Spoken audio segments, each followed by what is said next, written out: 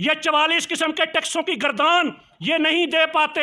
आपको advance tax कहाँ से दे दें? और क्या कहते हैं, एडवांस टैक्स दे दें, अगर ज़्यादा चला गया तो रिफंड कर देंगे। और भाई, कुएं में गिरा हुआ पैसा भी कभी वापस मिलता है। ये टैक्स का पैसा जब मेरे ऊपर खर्च नहीं होगा तो हम सवाल करते हैं कि फिर लोग क्यों टैक्स दें, किस मकसद के लिए टैक्स दें? क्या इन हुक्मरानों की और इस मुल्क के बरसर इक़्तिदार लोगों की अयाशियों के लिए टैक्स दें? के अंदर 188 मेंबरान कौमी असम्बली और सेनेट हैं जिन्होंने इनकम टैक्स के गोशवारे ही जमा नहीं करवाए। इस किताब के अंदर आदाद व शुमार दिए गए हैं कि 1003 मेंबरान सेनेट, कौमी व सूबाई असम्बलियों ने टोटल 125 अरब रुपए की आमदन जाहिर करके कितना टैक्स दिया? 1 अरब रुपए इनकम टैक्स। लोग खुदकुशियां कर रहे हैं, लोग बिल नहीं दे पा रहे, और ये आए दिन उसके अंदर इजाफा करते चले जा रहे हैं। ये कैसी हुकूमत है कि जो लाशें देखना चाहती है? इस हुकूमत पर अदम एतमाद का इजहार थी। ये हड़ताल हुकूमती पॉलिसियों की नाकामी का इजहार थी। और ये कामयाब हड़ताल, जिस हड़ताल के अंदर बहुत मोहतात अंदाजे के मुताबिक कल के एक दिन के अंदर कौमी मईशत में 50 से 55 अरब रुपए का नुकसान हुआ। जहां पाकिस्तान के 1 करोड़ ताजर को डालना चाहते हो, मैं उनको ये पैगाम देना चाहता हूं कि कमज़ोर हुक्मरानों की गोद में बैठकर ऐसे बयानात देने और जलती पर तेल डालने का काम ना करें।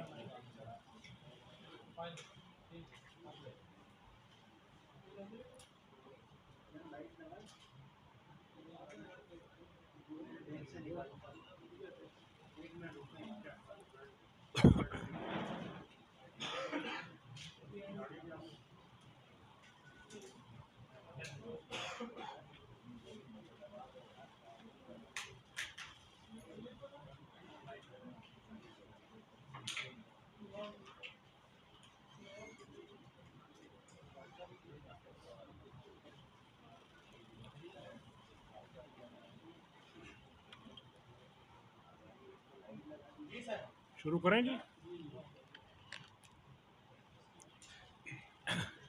इन्नल हम्दुलिल्लाह वस्सलातु वस्सलामु अला रसूलिल्लाह। सबसे पहले तो मैं अपने इलेक्ट्रॉनिक और प्रिंट मीडिया के तमाम सहाफ़ी भाइयों का और तमाम मीडिया का मशकूर हूँ कि कल की कामयाब शटर डाउन हड़ताल पर कौमी मीडिया ने आवाम के जज्बात की तर्जमानी करते हुए पूरा दिन मुसलसल पाकिस्तान के मुख्तलिफ़ शहरों से इस हड़ताल को कवर किया। सुबह सवेरे से लेकर रात गए तक सहाफ़ी पाकिस्तान के किसी शहर में बारिश और किसी शहर में सख्त गर्म मौसम के बावजूद अपनी सहाफ़ती ज़िम्मेदारियों को अदा करते हुए एक एक मार्केट की रिपोर्टिंग करते और उसको कौम तक पहुंचाते रहे। उसके साथ में इस्लामाबाद शहर के ताजरान, सूबा पंजाब के ताजरान, सूबा खैबर पख्तूनख्वा के ताजरान, सूबा बलूचिस्तान के ताजरान, सूबा सिंध के ताजरान और आज़ाद कश्मीर और गिलगित बल्तिस्तान के तमाम ताजर तंजीमात, तमाम शोबाजात की तंजीमों, तमाम एसोसिएशंस और ताजरान पाकिस्तान को खराज तहसीन भी पेश करता हूँ। उनका शुक्रिया भी अदा करता हूँ कि पाकिस्तान की गुज़िश्ता 30-35 साल की तारीख़ में ऐसी हड़ताल नहीं देखी गई कि जिस हड़ताल के अंदर ना तो कहीं पर कोई रेस्टोरेंट खुला, ना कहीं कोई बेकरी खुली, ना कहीं पर कोई दवाई की दुकान खुली, ना लोगों को नान और रोटी मिली, ना लोगों को सिगरेट मिली। गर्ज मुकम्मल तौर पर सिर्फ दुकानें नहीं, खोखे और रेढ़ियाँ तक इस हड़ताल के अंदर मुकम्मल तौर पर बंद थे।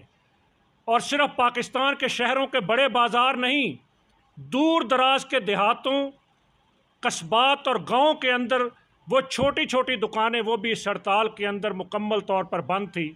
मैं इस कामयाब हड़ताल पर ताजरान पाकिस्तान और अवाम पाकिस्तान को मुबारकबाद पेश करता हूँ।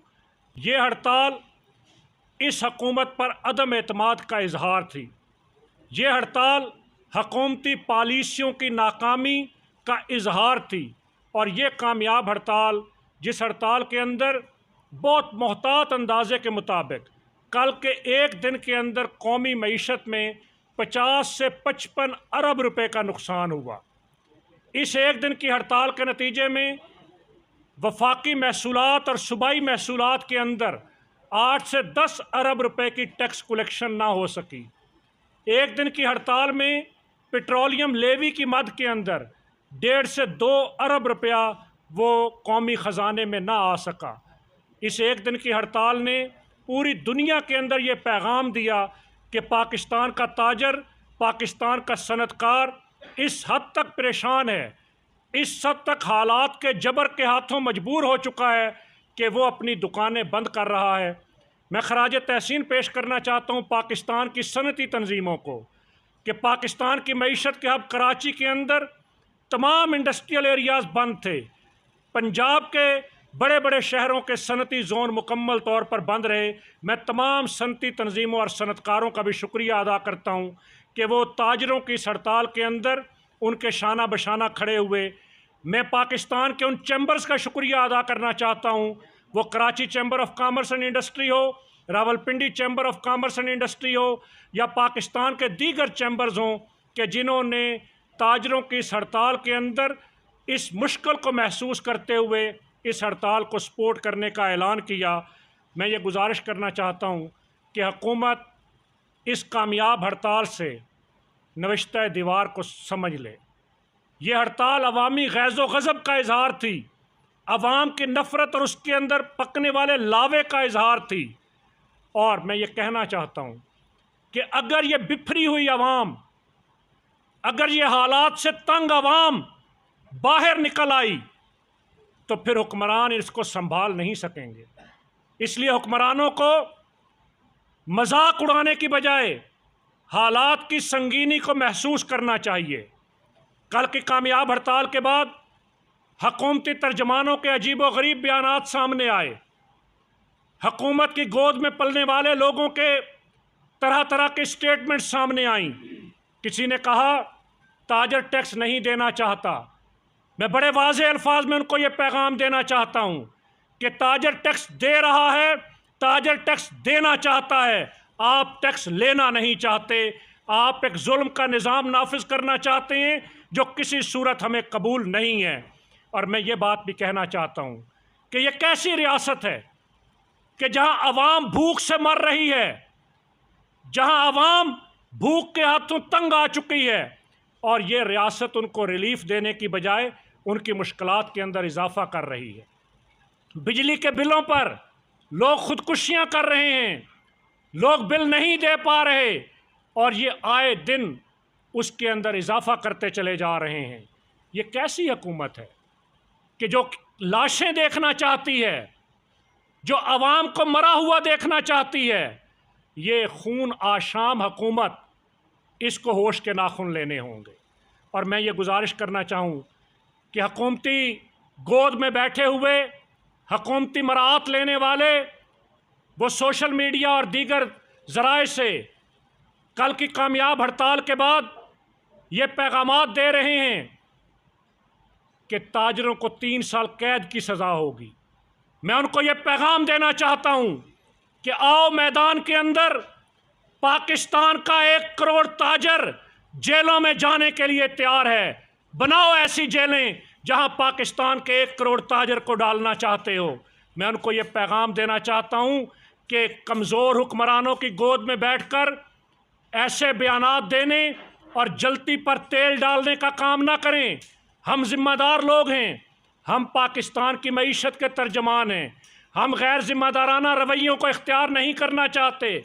अगर हमने थोड़े से भी जज्बात से काम लिया तो फिर ये हुक्मरान ठहर नहीं सकेंगे। इसलिए हुकूमत को चाहिए कि ऐसे तर्जमानों और ऐसे अफराद के बारे में ज़रा सोचें कि ये क्यों हालात को बिगाड़ना चाहते हैं। और मैं ये बात भी कहना चाहता हूँ कि ये जो मेंबरान कौमी असम्बली, ये जो हुकूमती वज़रा हमें दर्स दे रहे हैं कि ताजर टैक्स नहीं देता, मैं उनसे पूछना चाहता हूँ कि ये पार्लियामेंटेरियंस के बारे में शायाशुदा गवर्नमेंट ऑफ पाकिस्तान की आखिरी टैक्स डायरेक्टरी है। ये टैक्स डायरेक्टरी, ये देखकर शर्म आती है कि हमारे कानून साज इदारों के मेंबरान वो सेनेट हो, वो कौमी असम्बली हो, वो सूबाई असम्बलियाँ हों, वो खुद टैक्स नहीं देते जो दूसरों को टैक्स देने की तरगीब देते हैं। मैं ये बात कहना चाहता हूँ कि इस किताब के अंदर 188 मेंबरान कौमी असम्बली और सेनेट हैं जिन्होंने इनकम टैक्स के गोशवारे ही जमा नहीं करवाए। इस किताब के अंदर आदाद शुमार दिए गए हैं कि 1003 मेंबरान सेनेट, कौमी व सूबाई असम्बलियों ने टोटल 125 अरब रुपए की आमदन जाहिर करके कितना टैक्स दिया? 1 अरब रुपए इनकम टैक्स। 1 अरब रुपया ये मेंबरान कौमी असम्बली एक हल्के में इलेक्शन लड़ने पर खर्च करते हैं। 50-50 करोड़, 1-1 अरब रुपया इलेक्शन लड़ने पर खर्च करते हैं। और ये हमें दर्स देने चले हैं, जो खुद टैक्स नहीं देते वो हमें दर्स देने चले हैं कि टैक्स दो।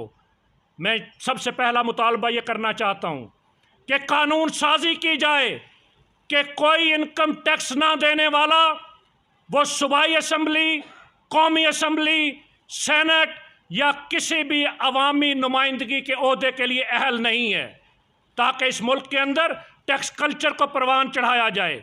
ये वाज़ो नसीहत जो ये मेंबरान और वज़रा हमें कर रहे हैं, ये अपनी वाज़ो नसीहत अपने पास रखें।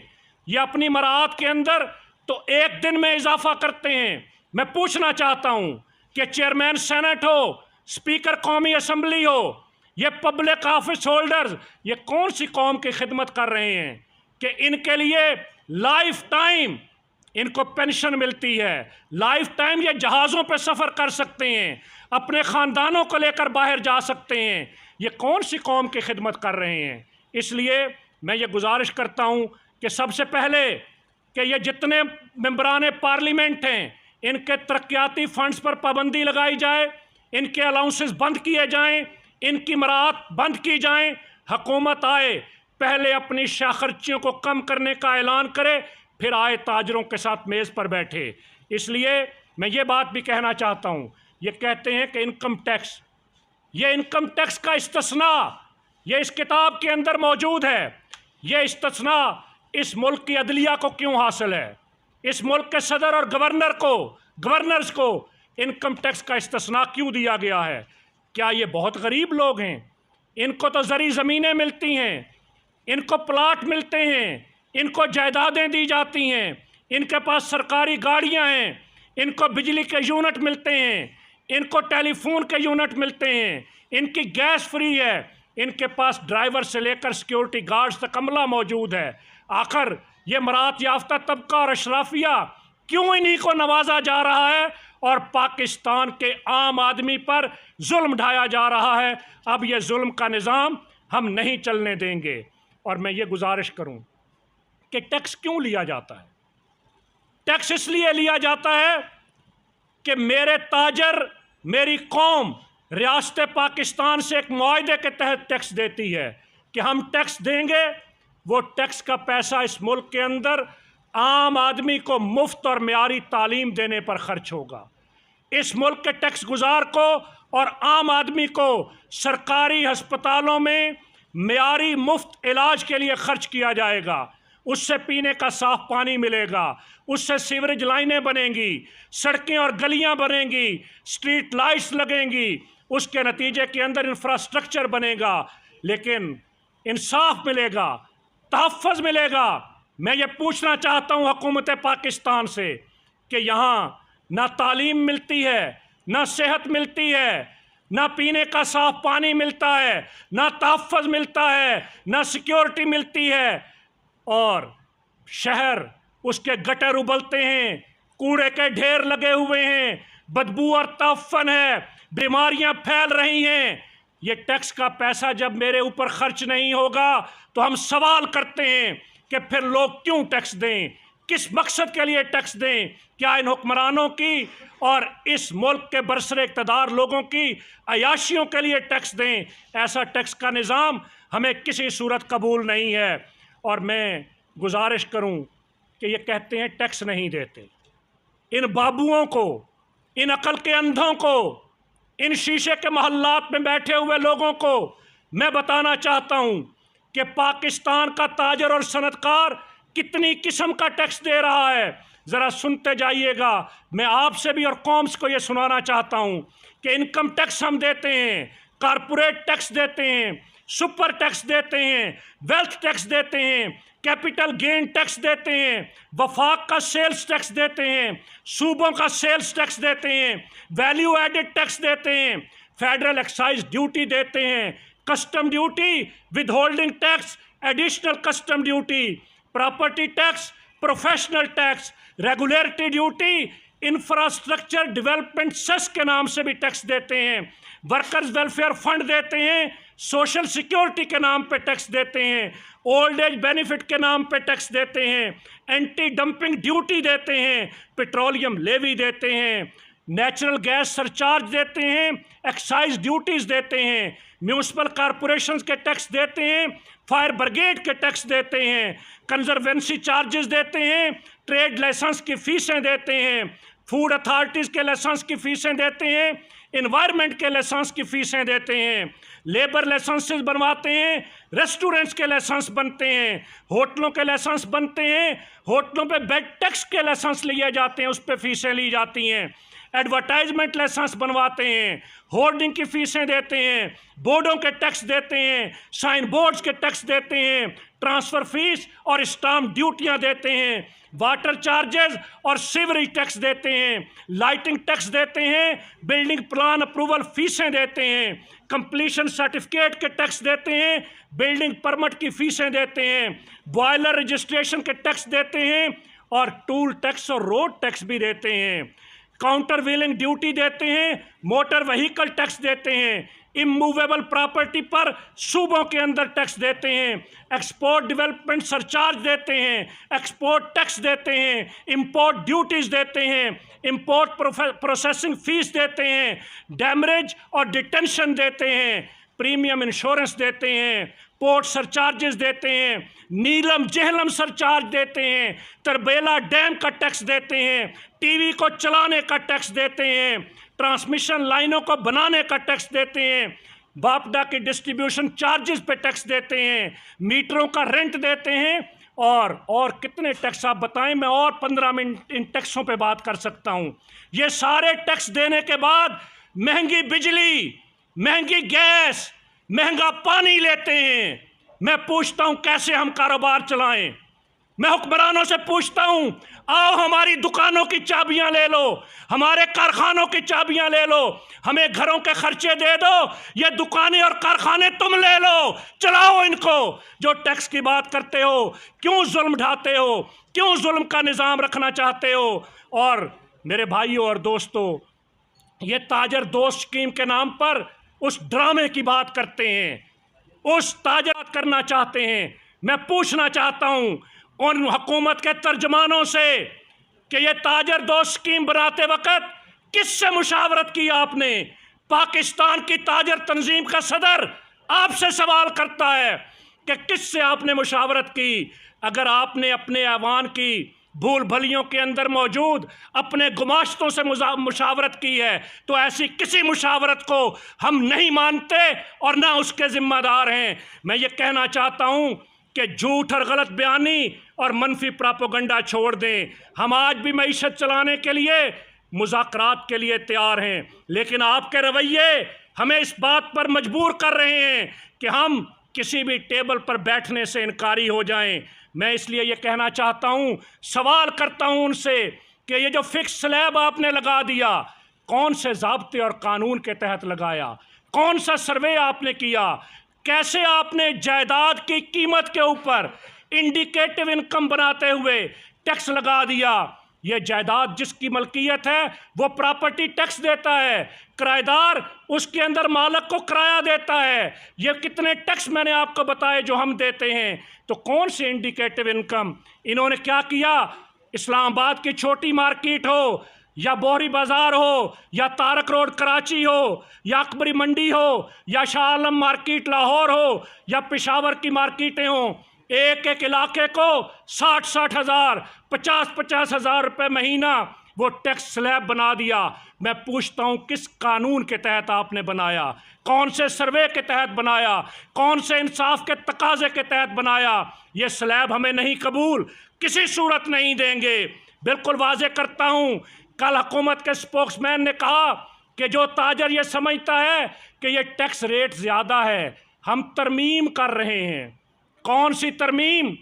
वो हमें बेवकूफ़ बनाना चाहते हैं।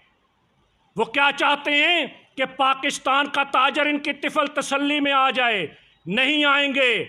उन्होंने क्या कहा टीवी चैनल्स पर बैठकर कि जो ताजर ये समझता है कि ये 60,000 का टैक्स ज़्यादा है, वो सबूत ले आए, वो कागजात लाए, वो डॉक्यूमेंट्स लाए, वो साबित करे कि उसकी इनकम इतनी नहीं है, तो उसको टैक्स वापस कर देंगे। यहाँ पर आज तक मुल्क लूटने वालों को नैब नहीं पकड़ सकी, अदालतें नहीं पकड़ सकीं। वो सरे महल से लेकर दुबई लीक्स तक किसी स्कैंडल के मुल्ज़िम आज तक नहीं पकड़े जा सके। ये वाइट कॉलर क्राइम जो इस मुल्क के अंदर होता है, ये नैब और FIA उसको पकड़ने में नाकाम है। और ये मेरे अनपढ़ ताजर को ये बाबू कहते हैं कि डॉक्यूमेंट्स लाओ और साबित करो कि तुम्हारी इनकम इतनी नहीं है। ओ बाबूओ, अगर ये हमें पता होता तो तुम इन सीटों पे ना बैठे होते। फिर इन सीटों पे मेरा किराने का दुकानदार, मेरा तंदूर वाला बैठा होता। इसलिए इन बाबुओं को पैगाम देना चाहता हूँ कि ये इस तरह का निज़ाम नहीं चल सकता। और फिर कहते हैं एडवांस टैक्स दे दें। कैसे एडवांस दे दें? बिजली का बिल नहीं दे सकते। ये 44 किस्म के टैक्सों की गर्दान ये नहीं दे पाते। आपको एडवांस टैक्स कहाँ से दे दें? और क्या कहते हैं? एडवांस टैक्स दे दें, अगर ज़्यादा चला गया तो रिफंड कर देंगे। ओ भाई, कुएं में गिरा हुआ पैसा भी कभी वापस मिलता है? हुकूमत के पास गया हुआ पैसा इसी तरह है जिस तरह अंधे कुएं में पैसा गिरा दिया जाए। आज तक नहीं मिला किसी को रिफंड। और किससे रिफंड? FBR के करप्ट निज़ाम से, पेचीदा और मुश्किल सिस्टम से ये कहते हैं रिफंड देंगे। कोई इस तरह का निज़ाम हमें किसी सूरत कबूल नहीं है। और मैं ये कहूँ कि क्यों आखिर टैक्स नेट नहीं बढ़ता, क्यों लोग टैक्स नेट के अंदर नहीं आते? इसलिए कि जब मेंबरान पार्लियामेंट टैक्स नहीं देते, जब एग्जेम्पशंस दी जाती हैं बाइख्तियार लोगों को टैक्सों की, जब जायदाद की खरीदो फरोख्त पर एक आम शहरी के लिए तो टैक्सों का बोझ लाद दिया जाता है, लेकिन ख़ास तबके को छूट दे दी जाती है, तो फिर टैक्स कल्चर नहीं बनता। एक अदम एतमाद की फ़िज़ा है। मेरे पाकिस्तान का ताजर अपनी सदक़ात और खैरात और ज़कात से इस मुल्क के अंदर एक पैरेलल मईशत चला रहा है। मदारस और मसाजिद को चलाता है, गरीबों की परवरिश करता है, यतीम खाने चलाता है, बेवाओं की सरपरस्ती करता है, भूखों को खाना खिलाता है, खैराती हस्पताल चलाता है, सैलाब और ज़लज़ले में कौम की खिदमत करता है। लेकिन ये टैक्स निज़ाम में क्यों नहीं आता? इसलिए कि हुक्मरानों पे एतमाद नहीं है। हुक्मरान अपना एतमाद खो चुके हैं। फिर ये पेचीदा और मुश्किल निज़ाम जो आसानियाँ पैदा करने की बजाय मुश्किलात में डालता है, इसकी वजह से वो इस निज़ाम के अंदर नहीं आता। और फिर ये टैक्सेस की शरह, इतने ज़ालिमाना टैक्सेस कैसे दे वो? ये टैक्सेस की गैर मुनसिफाना शरह उसके अंदर रुकावट है। फिर टैक्स रजिस्ट्रेशन के बाद क्या फ़ायदा मिलता है? तालीम और सेहत तो नहीं मिलती। और भी क्या बताऊं कि यहाँ इस्लामाबाद में बैठे हैं ये जो बड़े बड़े बरसरे इक़्तिदार लोग हैं, पार्लियामेंटेरियंस हैं, इनके लिए तो इस्लामाबाद क्लब की, गन क्लब की मेंबरशिप चंद टकों के एवज़ इनको मिलती है। और मेरे ताजर के लिए, मेरे इनकम टैक्स अदा करने वाले के लिए 20-20 लाख और 1-1 करोड़ की मेंबरशिप होती है जो वो नहीं ले सकता। और इनको नवाजा जाता है, टैक्स गुजार को सहूलत क्यों नहीं दी जाती? ये जो रियासत का निज़ाम है उनके लिए तो इलाज मुफ्त है। कभी इनकम टैक्स देने वाले का इलाज भी मुफ्त किया गया है, कभी उसके बच्चे को तालीम देने का भी सोचा गया है, कभी उसको जहाज़ के सफ़र के अंदर बिजनेस क्लास की और वीआईपी सफ़र की सहूलत भी दी गई है, कभी उसको वीआईपी लाउंज भी दिया गया है? नहीं, उससे तो सिर्फ टैक्स लेना है। ये खून आशाम दरिंदे जिनको इस कौम का खून लगा हुआ है, ये टैक्स गुजार को सहूलत नहीं देना चाहते, लेकिन उसका खून निचोड़ना चाहते हैं। इसलिए ये निज़ाम इस तरह नहीं चल सकता। अगर इसको दुरुस्त करना है तो मैं बताता हूँ कैसे करना होगा। इसके लिए फेडरल बोर्ड ऑफ रेवेन्यू को फ्रेंडली बोर्ड ऑफ रेवेन्यू बनाना पड़ेगा, नहीं तो फेडरल बोर्ड ऑफ रेवेन्यू को बंद कर दीजिए। आइए ताजरों के साथ बैठिए, इस मुल्क में टैक्स को इकट्ठा करने का एक नया इदारा बनाते हैं, जिसकी बुनियाद ताजर और हुकूमत की कोऑर्डिनेशन पर हो, जिसकी बुनियाद एतमाद की फ़िज़ा पर हो, जिसकी बुनियाद रिश्वत और करप्शन पर नहीं, जिसकी बुनियाद एक दूसरे को इज्जत देने की बुनियाद पर हो। आइए ऐसे इदारे की तरफ चलते हैं और फिर लोगों को तरबियत दीजिए, लोगों को अवेयरनेस दीजिए। अवेयरनेस मौजूद नहीं, कैसे लोग टैक्स कल्चर की तरफ आएंगे? सादा और इस आसान निज़ाम लाते हैं, वो सादा और आसान निज़ाम जिसमें टैक्स किसी की जेब में ना जाए, जिसमें टैक्स कौमी ख़जाने के अंदर आए। यहाँ तो जुल्म ये है कि अगर 1 लाख टैक्स बनता है तो 10,000 इदारे को जाता है, 90,000 लोगों की जेबों में जाता है। रास्ता खुद वो बताते हैं। इसलिए रज़ाकाराना तौर पर लोगों को टैक्स नेट में आने की तरगीब देना होगी, नेट को बढ़ाना होगा और लूप होल्स को ख़त्म करना होगा, गैप्स को ख़त्म करना होगा। इस इदारे की सर्विसेज को बेहतर बनाना होगा, इदारे की एडमिनिस्ट्रेशन के ताजरों और सनतकारों से बराह रास्त राबतों, ऑडिट नोटिस को ख़त्म करना होगा, ऑडिट के निज़ाम की इस्लाह करनी होगी, तब लोग इस नेट के अंदर आएंगे। और मैं आखिर में फिर कहना चाहता हूँ, हम टैक्स देना चाहते हैं, दे रहे हैं, ये टैक्स लेना नहीं चाहते। छोड़िए ताजर दोस्त स्कीम को, आइए एक नए सफ़र का आगाज़ करते हैं। सेल्फ असेसमेंट स्कीम के तहत, सादा और आसान उर्दू के गोशवारे के तहत, आइए आप कितना टैक्स चाहते हैं, हम आपको लेकर देते हैं, बाइज्जत तरीके से देते हैं, बग़ैर किसी अफरा तफरी के देते हैं। आप उस पर नहीं आते, आइए टर्नओवर की बुनियाद पर, आप टर्नओवर की बुनियाद पर हमारे साथ बैठ के मुख्तलिफ शोबों का टैक्स तय करें, हम उस अंदाज से आपको टैक्स देते हैं। आइए इस पर भी आप राज़ी नहीं, मुख्तलिफ कारोबारों के शरह मुनाफा तय कीजिए, उसकी असेसमेंट कीजिए, उसके हिसाब से टैक्स लीजिए, हम देने के लिए तैयार हैं। लेकिन अगर आप कहेंगे कि हुकूमत की ज़िद और हठधर्मी है कि ताजर दोस्त स्कीम को इसी शक्ल में नाफज करना है, तो नहीं चलने देंगे, नहीं नाफज होने देंगे। आप ज़ोर लगा कर देख लीजिए, परवेज़ मुशर्रफ की हुकूमत ने भी ज़ोर लगाया था, नहीं नाफज करने दिया था। टैक्स देना चाहते हैं, लगान नहीं देना चाहते, टैक्स देना चाहते हैं, अयाशियों के लिए नहीं देना चाहते, टैक्स देना चाहते हैं, मुल्क को चलाने के लिए, हुक्मरानों के महल्लात के लिए नहीं देना चाहते।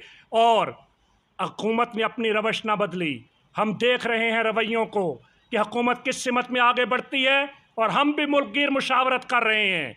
ये एक आसाब की जंग है हुकूमत और ताजरों के दरमियान। अल्हम्दुलिल्लाह पाकिस्तान के ताजरों के आसाब बड़े मजबूत हैं, इसलिए कि हुक्मरान आते जाते रहते हैं, ताजर ने इसी मुल्क में कारोबार करना है। हम मुल्कगीर मुशावरत कर रहे हैं, इन्होंने सिमत दुरुस्त ना की तो हम 3 दिन के लिए इस मुल्क को बंद करने का फ़ैसला करने पर भी मजबूर हो सकते हैं। फिर उसके अगले मरहले के अंदर गैर मुअय्यना मुद्दत के लिए पाकिस्तान को बंद कर सकते हैं। इसलिए मैं कहता हूँ, हमें मजबूर ना करें कि हम एक दफ़ा फिर पूरे मुल्क का पहिया जाम करने का ऐलान करें।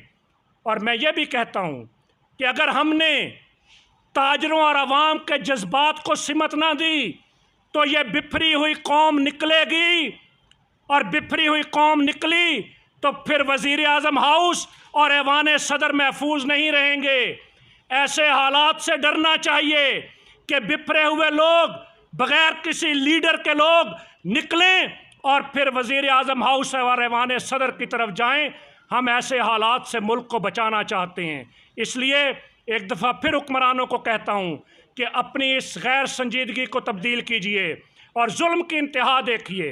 ये टैक्स मांगते हैं। मेरे साथ ये शफीक कुरैशी साहब, ये नॉन बाई एसोसिएशन के सदर हैं, इनको ज़बरदस्ती मजबूर करते हैं 14 रुपये की रोटी बेचो।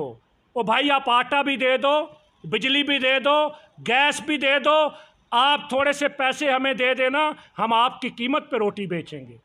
लेकिन जब गैस नहीं मिलेगी, जब एलपीजी चलानी पड़ेगी, महंगी गैस खरीदनी पड़ेगी, महंगी बिजली होगी, आटा ब्लैक में मिलेगा, तो कैसे उन मफरूज़ों की बुनियाद पर रेटों पे चीज़ बेच दें। इसी तरीके से ये जो फर्जी रेट लिस्टें, बोगस रेट लिस्टें, ताजरों पर छापे, जुर्माने, गिरफ्तारियां, अब ये तजलील नहीं बर्दाश्त करेंगे। और मैं गुजारिश करता हूँ पाकिस्तान भर के ताजरों से कि हमारी ये तिजारत बचाओ मज़ाहमती तहरीक ये ख़त्म नहीं हुई। गुज़िश्ता कल की कामयाब हड़ताल उसका पहला मरहला था। पूरे पाकिस्तान के ताजरों से मुशावरत कर रहे हैं। मैं पूरे पाकिस्तान के दौरे पे जा रहा हूँ। पूरे पाकिस्तान की सनत, तिजारत, ट्रांसपोर्ट और तमाम तबकात की तंजीमों से मुशावरत करके हम अगले लाहे अमल का ऐलान करेंगे और फिर हुकूमत को अपनी ज़िद, अना और हठ धर्मी छोड़नी होगी। हम पाकिस्तान चलाना चाहते हैं, पाकिस्तान बचाना चाहते हैं। पाकिस्तान जिंदाबाद, ताजर बिरादरी पाइंदाबाद। टैक्सेस जो है आपने बताया कि लंबी लिस्ट जो आज तक पार्लियामेंटेरियन ने टैक्सेस नहीं दिए, एफपीआर का इदारा भी मौजूद है। इससे पहले के जो टैक्सेस अदा नहीं हुए उनसे अदा करने का क्या तरीकाकार है और आखिर कौन इसकी राह में रुकावट है कि वो एफपीआर जैसा इदारा भी उसे टैक्स नहीं दे। देखिए, ये सवाल तो अब वक्त के हुक्मरानों से कीजिए।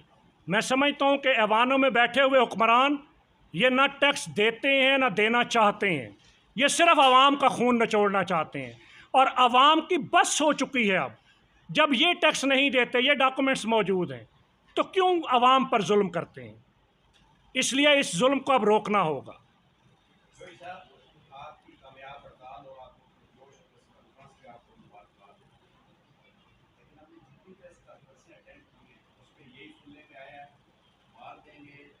मर जाएंगे, फायर निकल आएंगे, आके फायर फेंक देंगे, हालात खराब हो जाएंगे, ये हो जाएंगे। लेकिन जिन लोगों ने ये करना था उन्होंने कोई प्रेस कॉन्फ्रेंस की थी और बांग्लादेश क्यों है आके फायर फेंक दिए। हमारे मुल्क में और कितनी खराबी होगी, कितने लोग खुशियाँ करेंगे, कितने लोग भूखे मरेंगे, पीछे चीज़ें नहीं दी जाएगी, तो फिर ये कौम निकलेगी और फिर करेंगे, इसका कोई जवाब। देखिए, आपकी बात बिल्कुल दुरुस्त है। हमारे ऊपर इतना दबाव है पाकिस्तान के ताजरों का, पाकिस्तान के सनतकारों का, पाकिस्तान की आवाम का कि आप निकलें, और लोग इतने बिफरे हुए हैं कि बसा औकात वो हमें पकड़ते हैं कि आप क्यों नहीं निकल रहे। लेकिन हम किसी गैर जिम्मेदाराना रवैये का मुजाहरा नहीं करना चाहते, इसलिए कि खुदा न खास्ता बिफरे हुए लोग निकले तो वो किसी के कंट्रोल में नहीं होंगे। इसलिए हम बहुत महज़्ज़ब अंदाज से आइन और कानून के अंदर रहते हुए लोगों के जज्बात को सिमत दे रहे हैं। लेकिन अगर हुक्मरानों ने ना समझा तो फिर हालात मेरे कंट्रोल में भी नहीं रहेंगे। साहब, ये जो 3 दिन के लिए आपने हड़ताल की कॉल देने की बात की है, इसका टाइम फ्रेम क्या है? कब तक आप इंतजार करेंगे हुकूमत के अच्छा बच्चा बनने का? और इसके अलावा आपने कहा कि गैर मुआयना मुद्दत के लिए पाकिस्तान बंद कर सकते हैं, इसके लिए आप हुकूमत को कितनी मदद दे रहे हैं? देखिए, कल की हड़ताल हुक्मरानों के और कौम के और मीडिया के सामने है कि पूरा दिन मुल्क के 1 करोड़ से ज़ायद दुकानें और कारोबारी इदारे बंद रहे हैं और कहीं पर ज़बरदस्ती नहीं की गई। लोगों ने पुरअमन तरीके से ख़ुद अपनी दुकानें बंद रखी हैं। ये ऐलान है इस बात का कि लोग हमारे ऊपर एतमाद करते हैं। इसलिए हुक्मरानों को इसी से सबक सीख लेना चाहिए। नहीं सीखेंगे तो हम मरहलावार इस हिकमत अमली का ऐलान करेंगे और मरहलावार इस तहरीक को लेकर चलेंगे। उस वक़्त तक तिजारत बचाओ मज़ाहमती तहरीक चलती रहेगी जब तक ये सारे मुतालबात मान नहीं लिए जाते। टाइम फ्रेम क्यों नहीं दे रहे आप 3 दिन और गैर मुआयना मुद्दत का? देखिए, टाइम फ्रेम हम इसलिए नहीं दे रहे कि हम हर चीज़ अपने वक़्त के ऊपर करेंगे। हमारे पेश नज़र एक पूरी हिकमत अमली है और ज़ाहिर है हमें पूरे पाकिस्तान को साथ लेकर चलना है। पूरे पाकिस्तान की तमाम तंजीमों ने हमें एतमाद और इख्तियार दिया हुआ है, लेकिन उसके बावजूद हम एक हिकमत अमली के साथ चल रहे हैं, इसलिए कि हम बदअमनी और इंतशार से आखिरी हद तक बचना चाहते हैं और कौम को भी बचाना चाहते हैं और हुकूमत को भी बचाना चाहते हैं। चौधरी साहब, जिनके खिलाफ आप प्रेस कॉन्फ्रेंस कर रहे हैं, उनका कहना है कि शिटर डाउन जो है ना वो हमें दबाव नहीं ला सकती। नंबर 2 कि वो कह रहे हैं कि टैक्स आम लोगों को लाजमी देना पड़ेगा, अगर हम गलत हैं तो दोबारा बैठ के मुशावरत हो सकती है। आप क्या कहेंगे? देखिए, हमने तो कल भी ये बात कही थी कि हमारा जो मुतालबात हैं वो वजारत ख़जाना, वजारत तिजारत, वजारत पेट्रोलियम, वजारत तवानाई और वजारत दाखिला से मुतल्लिक़ हैं। हुकूमत सीरियस है तो आए बाइख्तियार नुमाइंदों पर मुश्तमिल एक कमेटी बनाए, बैठे। लेकिन अगर हुकूमत नहीं बैठेगी, सिर्फ टीवी बयानात और अखबारी बयानात की हद तक ये बातचीत करेगी, तो फिर हम लाजमन अगले मराहिल की तरफ जाएंगे। काशिफ चौधरी साहब, एक सवाल लेंगे बात की कि बाख्तियार शख्स आए, आपको लगता है कि इस हुकूमत में कोई बाख्तियार शख्स है? देखिए, मैं इस बहस में नहीं जाना चाहता कि फार्म 47 और फार्म 45, इसलिए कि बैसियत ताजर ये मेरा मौजू नहीं, लेकिन उसके बावजूद मैं ये कहना चाहता हूँ कि जो हुकूमत मौजूद है, ज़ाहिर है उसी से हमने मुज़ाकरात करने हैं। जिसकी भी हुकूमत हो, हम उसी से डायलॉग करेंगे। और इस हुकूमत के पीछे जो बाइख्तियार लोग हैं, उनको भी रियासत के अमन के लिए अपना किरदार अदा करना चाहिए। अभी जो सब ये होता है कि 1 करोड़ आपने कहा कि दुकानें बंद हुई, शटर बंद हुआ, लेकिन इसके बावजूद भी गवर्नमेंट ने आपको साथ मुज़ाकरात उस लेवल पे लाने की कोशिश नहीं की, यानी उनको कोई थ्रेट नहीं महसूस हुआ, उनको इसी तरह रहा है। कोई देखिए, जनरल परवेज़ मुशर्रफ साहब के दौर में जब पाकिस्तान के ताजरों पे इसी तरह टैक्स लगाने की कोशिश की गई थी, तो 1 दिन की हड़ताल हुई, फिर 3 दिन की हुई, हुकूमत टस से मस नहीं हुई। लेकिन जब 17 दिन मुल्क बंद रहा, तो वही हुक्मरान हमें ढूंढते फिरते थे बातचीत करने के लिए। हमारे आसाब नहीं थके, हुकूमत के आसाब को शल करेंगे अपनी एहतजाजी तहरीक से, और हुकूमत को मजबूर करेंगे कि वो हमारे मुतालबात को सुने और तस्लीम करे। जनाब, एक सियासी जमातें आपकी आड़ में अपनी सियासत चमका रही हैं, उस हवाले से आप क्या कहें? देखिए, मैं सियासी जमातों की बात नहीं करना चाहता। ये मुतालबात ताजरों के हैं, ताजर तहरीक है, तिजारत बचाओ तहरीक है। जो